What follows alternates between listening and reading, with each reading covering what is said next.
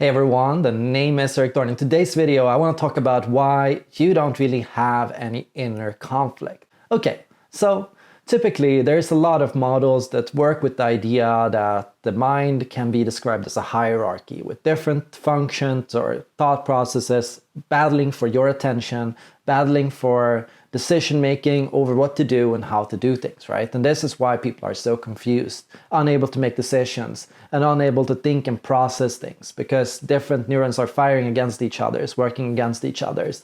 And so a lot of the time we tend to imagine the brain as a battlefield between different processes with different values and different beliefs that are fundamentally impossible to align and bring together. And so we're forced to make a decision. We have to take authority off our mind. We have to discipline our mind. We have to shut down impulses and things in our mind that go against our dominant script. And we have to focus on and find one script which can rule them all, right? So the idea is of an authority of the self, an authoritarian dictatorship. We're trying to build inside ourselves this kind of dictatorial regime where, you find this one thing that you want to do above all else and you shut down all other impulses. If you want to travel and be free, get rid of your family, get rid of friends, get rid of your home, get rid of your savings to make that dream possible. If you are looking for a more traditional, simple life, get rid of any dreams of travel, any dreams of doing something crazy, any dream of letting loose, right? And so that's kind of what people work with, the authority or the dictatorship of the self. But here in this video, I want to propose a completely different way of looking at the mind, more as a democracy, where different voices express themselves to reach a consensus and a positive conclusion and outcome for everyone, right? Now, typically, when we study philosophy, this is a bit of a sidetrack, we're encountered with the idea of dialectics, right? So dialectics has a huge role in philosophy. It's this idea of being able to engage in diametrically opposed forms of reasoning at the same time, which means if you have a belief or an opinion that you hold, you must also be prepared to challenge it and to bring a worthy challenger. And so from the clash of those two, a third new way arises, right? In quantum physics, there is another common idea which emerges, and that is that in quantum physics, an electron can be anywhere at the same time. In a quantum level, everything is a matter of probability. We can't say for sure where things will be or how they will be. We can say probably around there, but typically the electron can be said to have a superposition, which means it's, basically filling the entire room at the same time. It holds every single opinion at the exact same time, in itself. It doesn't have this form of, desire for certainty or stability or for specificity. It rather works from a more broader angle of thinking, a more broad or versatile form of thinking. Now, the idea of the democracy of self was something that I conceived when I was studying quantum physics because I was thinking about what and how we should approach decision-making, thinking, and how we should approach the process of learning.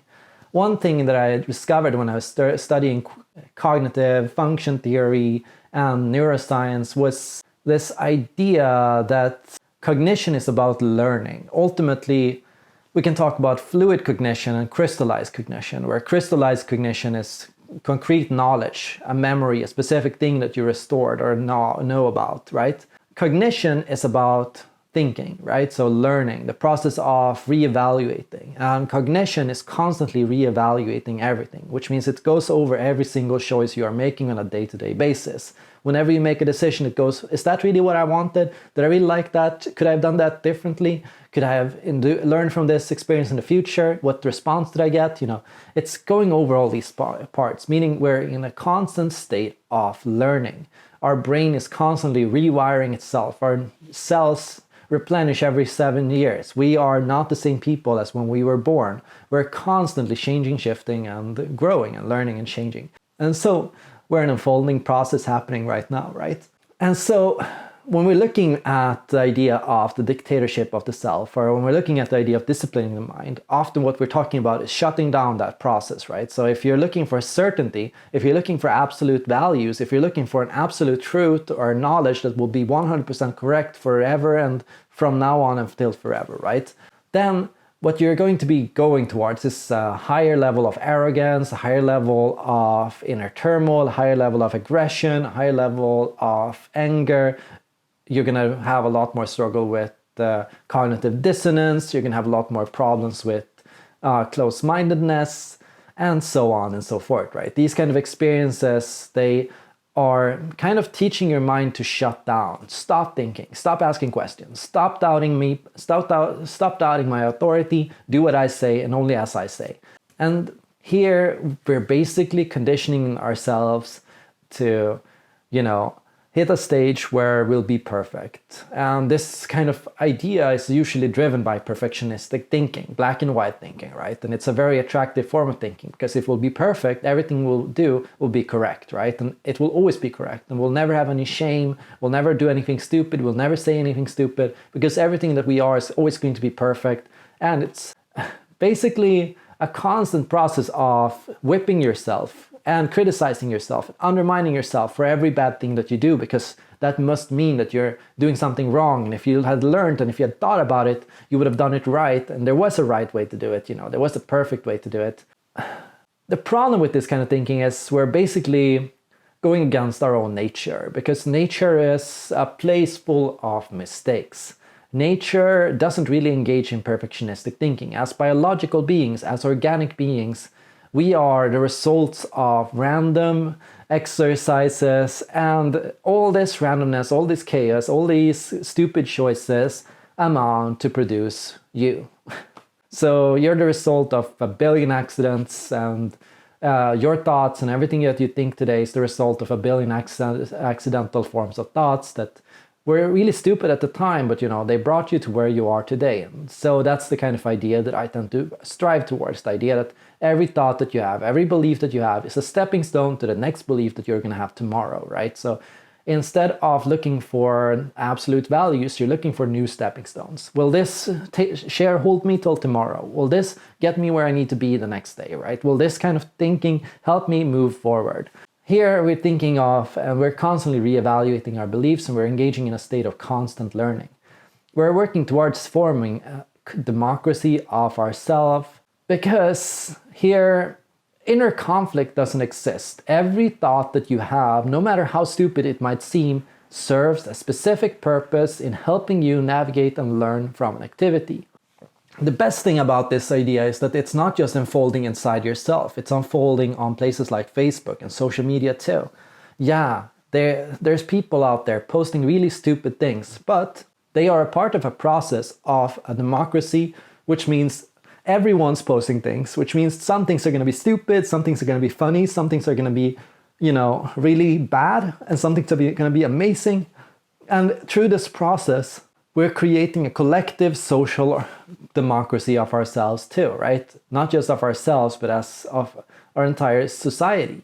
We're learning from each other, and the voice and the sum of everyone's opinions together is usually higher than the individual parts themselves. We as a collective organism have the capacity to, through communication and spreading information, make smarter decisions. Yeah, that's true, smarter decisions, simply through this process of collaboration. And while it might not feel like that on the smaller scale, because you're so caught up on, oh, that idiot and that stupid person, and how can they think that, and how can they do that? When you look at it scientifically, yes, if 100 people vote on a matter, the average answer is going to be more likely to be correct than the individual answer, meaning that, yes, through this process of collaboration, through this democratic effort, we are, in fact, doing better than what we would before. And in nature, it doesn't need to be 100% correct 100% of the time. In nature, as long as it's correct more than it's not, it's going to prevail over ideas that are incorrect more often than not, right? So, which means that biology helps bring forward all manners of possible life forms and possibilities, and that process is still unfolding, and it's unfolding as well in your mind right now, because your brain is deciding how to develop itself for the next day.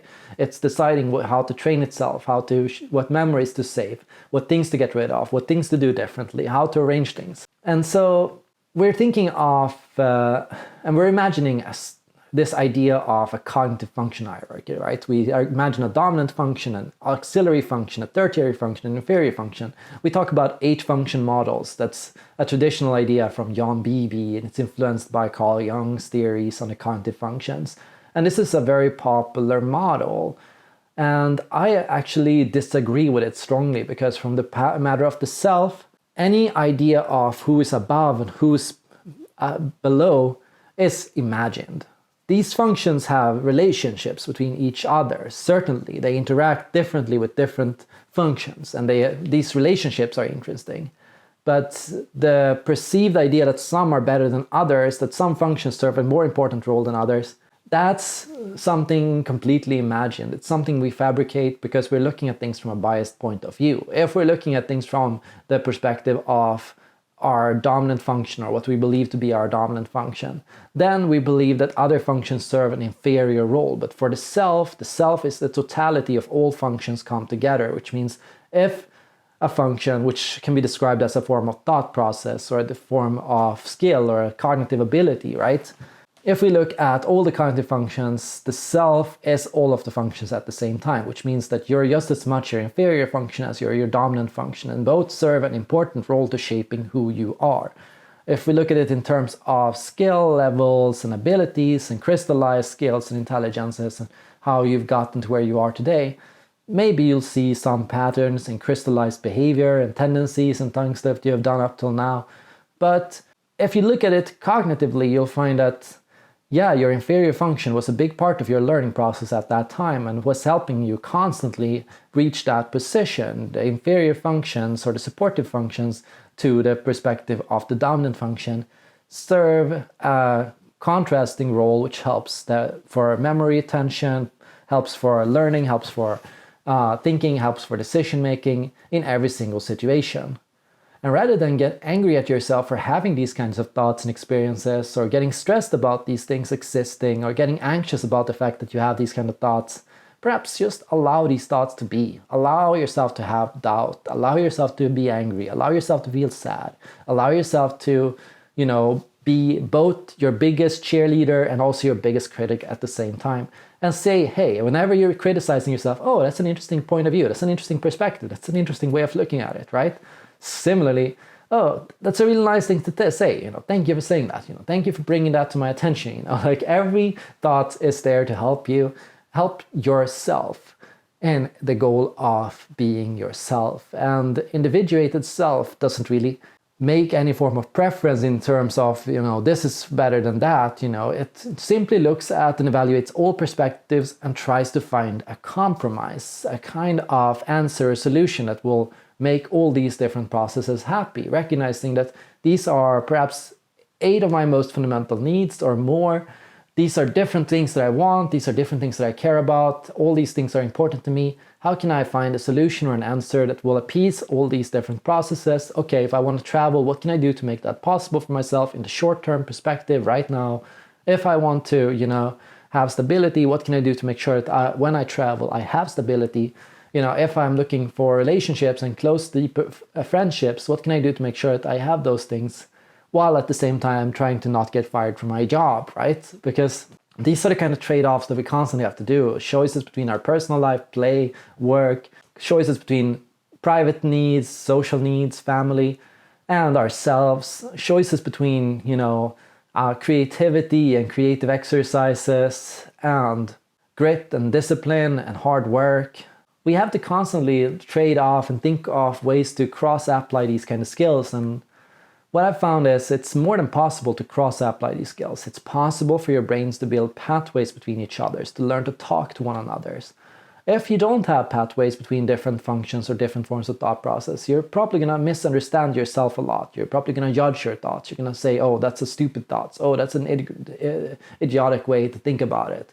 If you have strong pathways and connections, these thought processes are going to be able to talk to one another, which allows you to, from that process, have a smarter thought, because 1 + 1 equals apparently 3, not 2 in this regard.